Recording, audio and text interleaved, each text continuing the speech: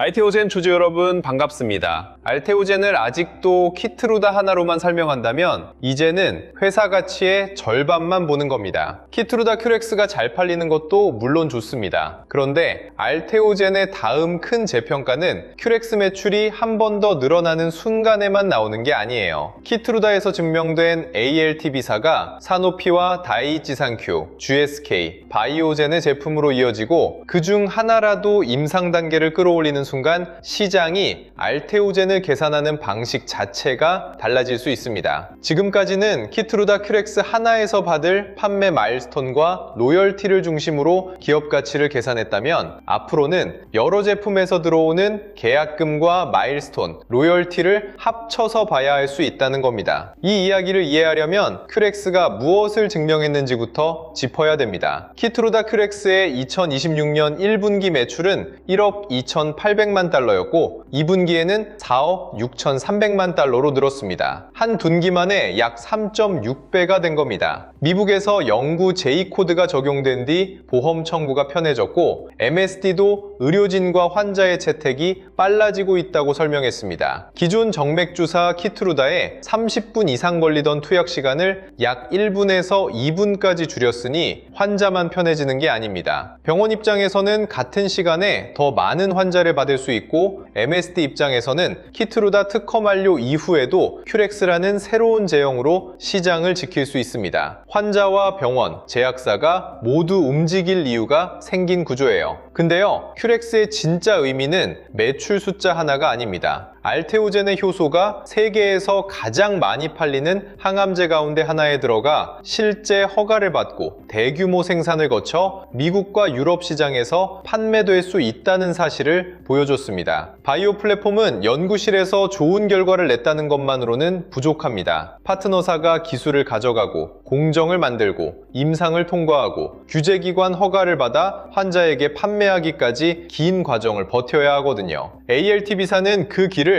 키트루다 큐렉스로 끝까지 지나왔습니다. 이제 글로벌 제약사들은 알테오젠이 말하는 가능성만 보는 게 아니라 이미 상업화된 결과를 놓고 다음 제품을 검토할 수 있게 됐습니다. 공장에 새로운 장비를 넣는다고 생각해 보시면 쉽습니다. 한 공장에서만 시험한 장비라면 다른 회사는 성능을 믿기 어렵습니다. 그런데 세계 최대 수준의 공장에서 실제 생산량과 불량률, 납품 결과까지 확인되면 이야기가 달라지죠. 다른 공장들은 그 장비를 처음부터 다시 의심하기보다 자기 생산 라인에 맞는지부터 살펴보게 됩니다. 키트루다 큐렉스가 바로 그 검증된 생산 라인 역할을 한 겁니다. 알테오젠이 새 계약을 맺는 속도뿐 아니라 이미 계약한 파트너사의 개발 속도를 함께 봐야 하는 이유도 여기에 있습니다. 계약서에 서명하는 순간보다 파트너사가 실제 임상을 시작하고 다음 단계로 올리는 순간에 기술의 가치가 더 선명해지기 때문입니다. 이 흐름에서 가장 먼저 눈에 들어오는 곳이 사노피입니다. 알테오젠은 2019년에 체결했던 ALTB4의 첫 글로벌 라이선스 파트너가 사노피였다고 올해 6월 공개했습니다. 여기서 헷갈리시면 안 되는 게 있습니다. 사노피의 듀피젠트는 원래도 피하 주사로 투여하는 제품입니다. 알테오젠의 기술로 정맥 주사를 피하 주사로 처음 바꾸는 구조가 아니에요. 사노피가 노리는 건 듀피젠트의 ALTB4를 활용한 고용량 제형입니다. 현재보다 한 번에 더 많은 약물을 투여해 투약 간격을 늘릴 수 있다면 환자는 주사를 맞는 횟수를 줄일 수 있습니다. ALTB4가 단순한 정맥 주사 전환 기술을 넘어 이미 피하 주사인 제품의 편의성까지 높이는 쪽으로 영역을 넓히는 겁니다. 사노피는 건강한 성인 40명을 대상으로 듀피젠트와 ALTB4를 함께 투여했을 때 약동학과 안전성, 항약물 항체를 확인하는 임상을 진행했고 투약도 마친 것으로 알려졌습니다. 2단계에서 바로 성공을 단정하면 안 됩니다. 약물이 원하는 수준으로 흡수되는지, 고용량에서도 안전성이 유지되는지, 기존 제품보다 실제 경쟁력이 있는지 있는지를 데이터로 확인해야 하거든요. 다만 결과가 좋게 나오고 후기 임상으로 넘어간다면 의미는 큽니다. 키트루다에서 항암제 적용 가능성을 보여준 ALTB사가 듀피젠트를 통해 자가 면역과 영증성 질환 영역에서도 활용될 수 있다는 걸 증명하게 되기 때문입니다. 그 다음으로 봐야 할 제품은 다이치 산큐의 엔허투입니다. 엔허투는 암세포를 찾아가는 항체에 강한 약물을 붙여 전달하는 ADC 치료제입니다. 효과가 강한 만큼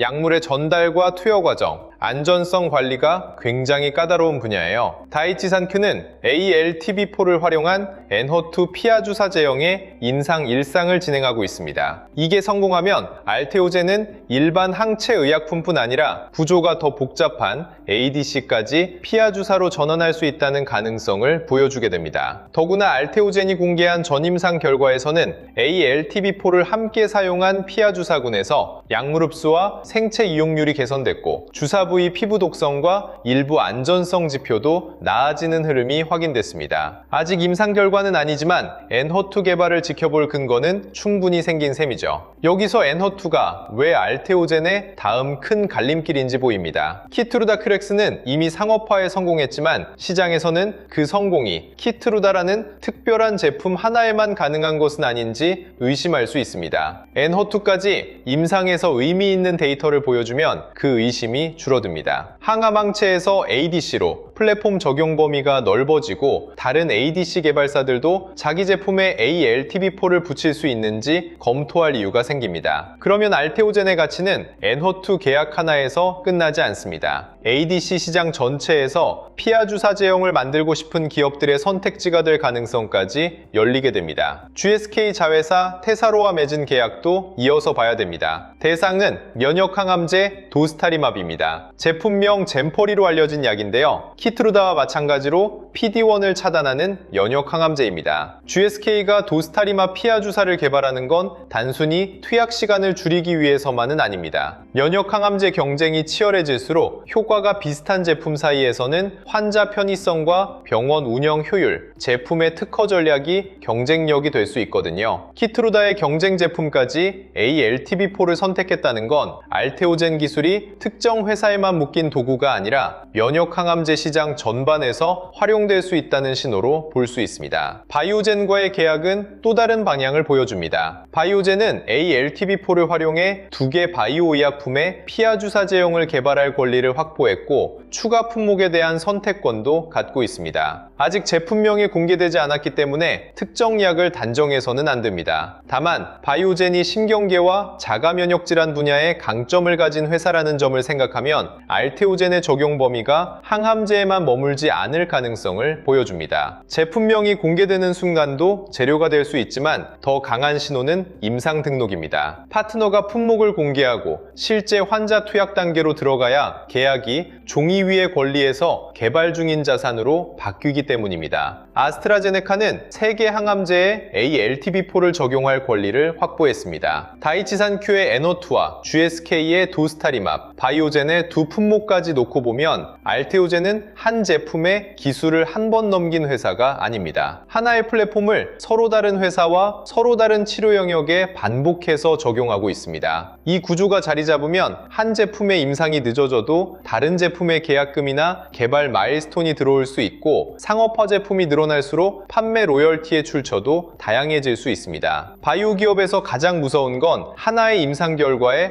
회사 전체 운명이 걸리는 겁니다. 알테오젠은 파트너와 품목을 늘리면서 그 위험을 분산하는 방향으로 가고 있어요. 8월에 체결한 비공개 글로벌 제약사와의 계약도 같은 흐름입니다. ALTB4를 적용한 바이오 의약품 한 품목에 대해 최대 3억 6,500만 달러를 받을 수 있고 상업화 이후 판매 로열티는 별도입니다. 상대 회사와 품목이 공개되지 않았다고 해서 가치가 없는 계약은 아닙니다. 경쟁사가 개발 전략을 알게 되는 것을 막기 위해 임상 준비가 끝날 때까지 품목을 숨기는 경우도 있으니까요. 다만 최대 계약 금액이 회사 통장에 한꺼번에 들어온다고 생각해서도 안 됩니다. 선급금과 개발, 허가, 판매 조건을 통과할 때마다 나눠서 받는 구조이기 때문에 이제부터 볼 건 숫자의 크기보다 파트너가 실제 개발을 시작하는지입니다. 이렇게 연결하면 알테오젠에 돈이 들어오는 순서가 보입니다. 계약을 맺으면 선급금이 들어오고 파트너가 임상을 시작하거나 단계를 올리면 개발 마일스톤이 생깁니다. 허가를 받으면 허가 마일스톤이 들어오고 제품이 팔리면 판매 마일스톤과 로열티로 이어집니다. 키트루다 크랙스는 이 가운데 가장 뒤쪽인 판매 단계까지 도착했습니다. 사노피와 에너투는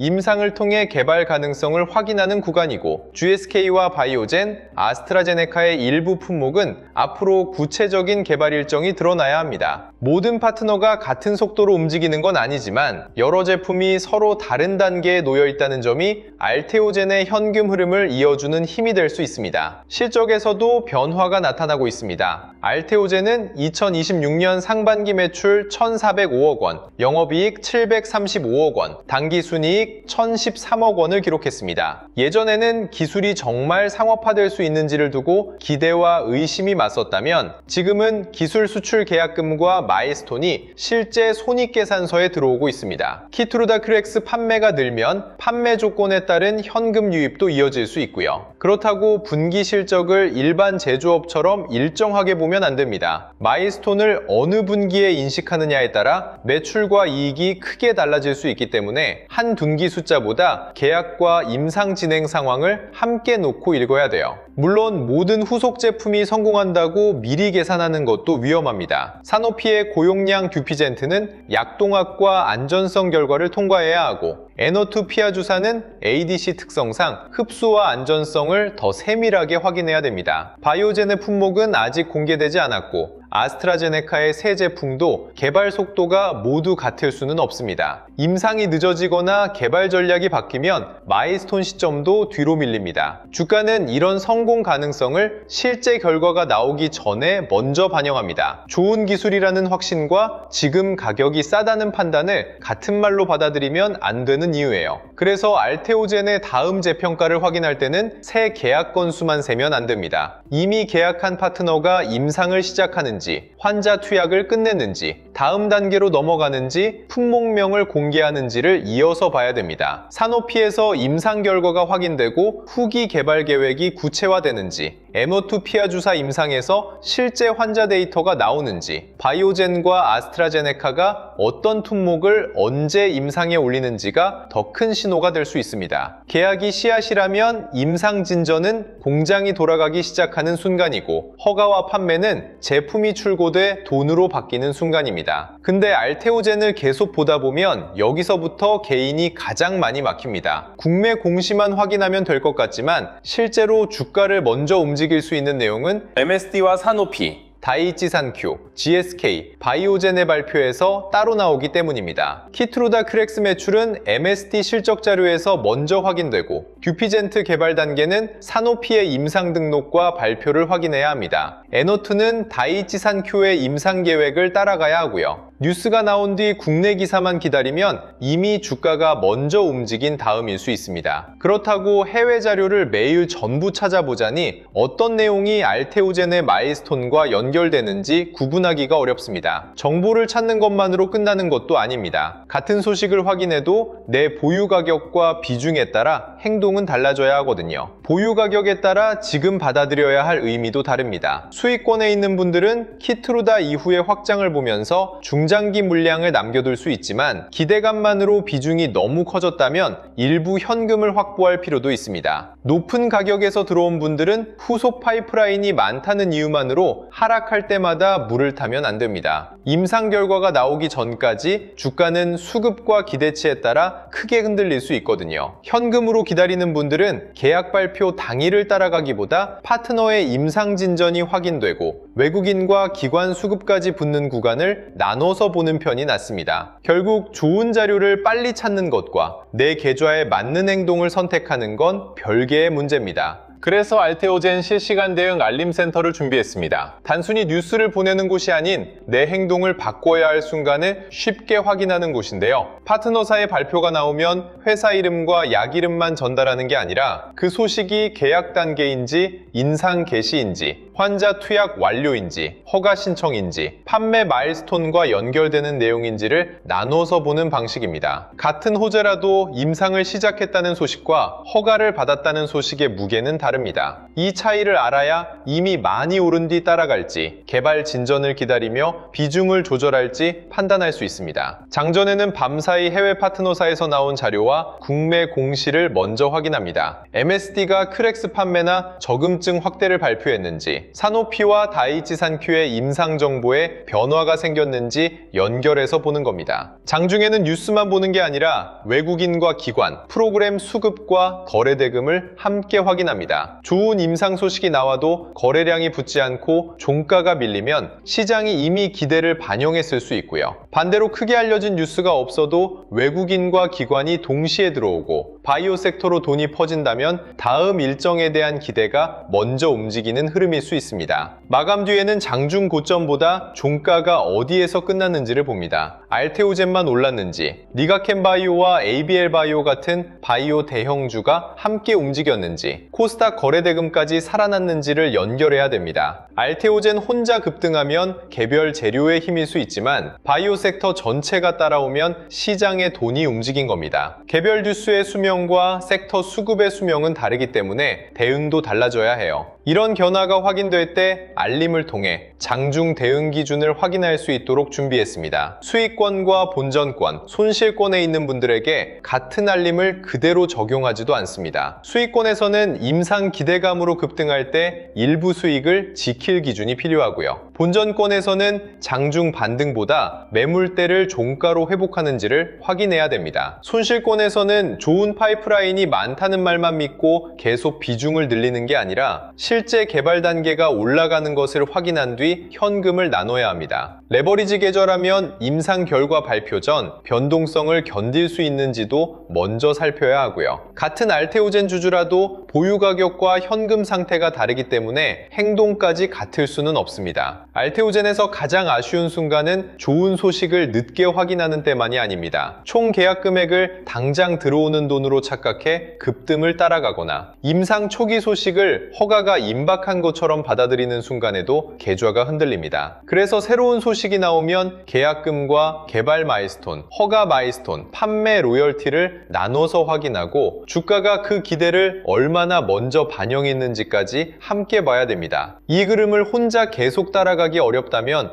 영상 아래 더보기란에서 알테오젠을 포함한 주도주 대응 안내를 먼저 확인해 보셔도 좋습니다. 처음 들어오신 분들은 주가가 밀리는 상황과 옆으로 쉬는 상황, 임상 진전으로 급등하는 상황을 따로 나눠서 확인할 수 있습니다. 파트너사의 인상이 늦어지거나 개발 계획이 바뀌면서 주가가 밀린다면 단순한 수급 조정으로 넘겨서는 안 되고요. 새로운 발표 없이 횡보한다면 거래량이 줄어드는지 외국인과 기관이 물량을 모으는지 확인하면서 기다릴 수 있습니다. 임상 진전과 품목 공개로 급등할 때도 첫 상승을 무조건 따라가는 게 아니라 거래 대금이 유지되는지, 장중 밀린 가격을 종가에 회복하는지까지 연결해야 됩니다. 같은 상승과 하락이라도 원인이 다르면 추가 매수와 현금화 기준도 달라지기 때문에 알림센터에서는 뉴스의 방향뿐 아니라 그 뒤에 바뀌어야 할 행동까지 함께 확인할 수 있도록 준비했습니다. 입장 안내가 필요하신 분들은 댓글에 알림 신청이라고 남겨주시고요. 구독과 좋아요도 함께 눌러두시면 알테오젠의 파트너 임상과 큐렉스 판매 변화가 나올 때 다음 내용을 놓치지 않고 확인하실 수 있습니다. 다만 알림을 받는다고 임상 결과나 주가를 미리 맞힐 수 있는 건 아닙니다. 결과가 예상과 다를 때 비중을 어떻게 줄일지, 기대가 현실로 바뀔 때 어디서 다시 확인할지 행동 순서를 준비하는 데 의미가 있습니다. 영상 아래 더보기란의 공식 신청 페이지를 통해 주도주 알림센터 입장 안내를 확인해 보시기 바랍니다. 알테오젠의 다음 돈줄은 아직 이름만 있는 먼 이야기가 아닙니다. 사노피는 듀피젠트 고용량 제형의 임상을 진행했고 다이치 산큐는